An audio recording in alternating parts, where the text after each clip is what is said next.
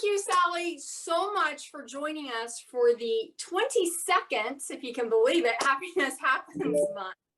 I'm honored that you're here to speak with me today. And this year, our theme is happiness is bigger than you think, which you've been doing happiness and making happiness bigger than everybody thinks for a long time. So I just so appreciate that. So if you don't know Sally, Sally is a tennis player, an artist, apparently teaching tennis now, and I'll let you tell them about your new one a little bit later. But it just has a genuinely cheerful and uplifting philosophy about life. And so I just had to interview her, and I've asked her to initially share a story about being cheerful, because she is probably one of the most authentically cheerful people I've met. And I'm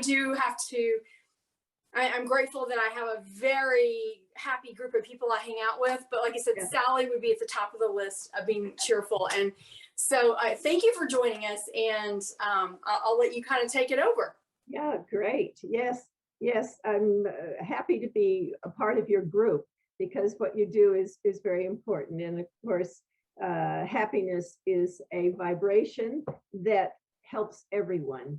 So not only does it help yourself to be happy, but it helps everyone around you, and it goes out and spreads and brings back to you more happiness and more people that are very happy. And that's what I have found in my life. And it's proven to be true in every occasion, because I've been a tennis player, and I've worked in film, and I worked in television, and I worked for Paul Simon in music, and then opened my own galleries. And we eventually had 26 Sally Huss galleries across the country, and they were filled with all of my art. And for instance, when Jack Canfield came into the gallery one evening and looked around, and he asked me, "What do people say about this?" And I said, "It's bright and happy." And that's exactly it. So when I do the art, I'm very happy to do the paintings. I'm very happy to do any of the writings that go along with it or separate. And so I've written many books, many children's books, over 100 children's books, and all of them have a very uplifting and positive theme. But a long time ago, I did a book called The Happy Book, and with 10 Speed Press, and they gave me the rights back when it was finally out of print. And I've changed it and put it into The Importance of Living Happy. And it's a wonderful book. It has little 30 suggestions, 30 exercises to do to make your life happier. And it's a wonderful book. And then I ended up connecting with King's Feature Syndicate, which is for newspapers. And I wrote these little things. They were called Happy Musings, and little inspirational thoughts, so sweet. And that ran for 12 years in different newspapers. And anyway, my husband kept prodding me to put some of these thoughts into a book. So I have 365 reminders of the importance of living happy. You can forget, the things that occur in our life, everyone's lives up and down, and you can forget on occasion that the important thing is to really hold that cheerfulness and that warmth, and always within you. And when I taught tennis, that's what I would do, was uncover those stresses and those hesitations in a person's game, and teach them to play in a happier way, more relaxed and fun-loving way. And now I've discovered pickleball. And so now I'm a pickleball player as well as a tennis player. And people love the game. I think it's the happiest game ever. And, oh, really? Yeah. Oh my. It's so much fun, because anybody can play it. And a lot of people, older people, not just the young people, but older people can get into it, and you can play at any level. And it just is, they find it more fun than going for a walk, or it's extremely social. And it's a very happy place. You go to any park anywhere now that has pickleball courts, and you will find the happiest people there. It's really fun. So I've been teaching that, and I even did a little book called, let's see if I can remember, Dare to Dink, Pickleball for Seniors and Anyone Else Who Wants to Have Fun. So that's that sounds great. yeah. So okay, kids, so can you tell us a time of when your cheerful disposition has been of a benefit to you? Has it been a benefit? Oh my, when is it ever? Yeah. Well, I'll give you an example, for instance, because a lot of people wait for something to happen to make them happy or cheerful. You know, they wait for something to happen. Instead, you have to be cheerful first, and then the good things come to you. And that's what I did when I created a book called, I think it's called now, because I had several titles. It's called How to Find Your Soulmate. And it was a way of bringing that person to me, the person that I really wanted in my life. And as I created this, and I knew that if I were looking for him, he was looking for me. And so I just went through my little process of putting a letter to the sun, a very high being. So I put this letter to the sun in the window, in my window. Nobody else could see it, but I would just put it there, and it listed all the qualities I wanted in the man in my life. And then the secret thing was that I had to be in love with him before I ever met him. So you have to be the happy person, the person who's already has everything. Most people are waiting for something to happen to be happy, or they're waiting, oh, well, I need to lose 20 pounds before I, find the man. No. Get happy first.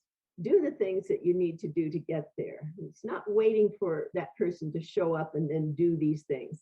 Get everything cleared out, get it just right. And so I was very, very happy and delighted because I knew he was on his way to be with me. And of course, being in love attracts all sorts of people. And I had a lot of invitations at that point. And then finally, the man showed up on a tennis court, which was just so appropriate. And so we've been married for 43 years now and have a wonderful son and a good life. But that's again, it's the vibration you put out, and you can't wait for the end of a tennis match to see whether you're going to be happy with the results. You have to play happy because you will play better if you play happy. You will play better because your whole body is in harmony then. So that's the thing. That's the secret, and most people have it backwards. Yeah. So that's a good example of that. How that no, it's a great example of that. I also know you have another new kids book out about food allergies. Oh yes. Do you want to just kind of show everybody that book just because? Yeah, this is a book I did with Elizabeth Hamilton Gorino, and she's an expert on this subject, but she herself has life-threatening food allergies. So she gave me all the information that people with food allergies have to deal with, as well as with children being isolated or being pointed out or being different, and on and on. And so it's a very hard thing for young people. But this book takes a little boy that comes into a classroom, and the teacher puts him in charge of instructing the class about this particular situation, this issue. And when they understand how difficult it is, and they become compassionate and understanding, and he walks away for his first day in school with a brighter skip in his step. It's a very touching book, but very meaningful. A lot of information is passed, and it's not just for the children who have food allergies, but it's really educate the children around them, their siblings, as well as their classmates, to take. But yeah, because in school food gets shared, and just all sorts of things that can be scary for those parents. So Yeah. as we are kind of, wrapping up our little time together, Yes. like I said, you're the most cheerful person I know. It's just part of your disposition, even when things aren't where you want them to be.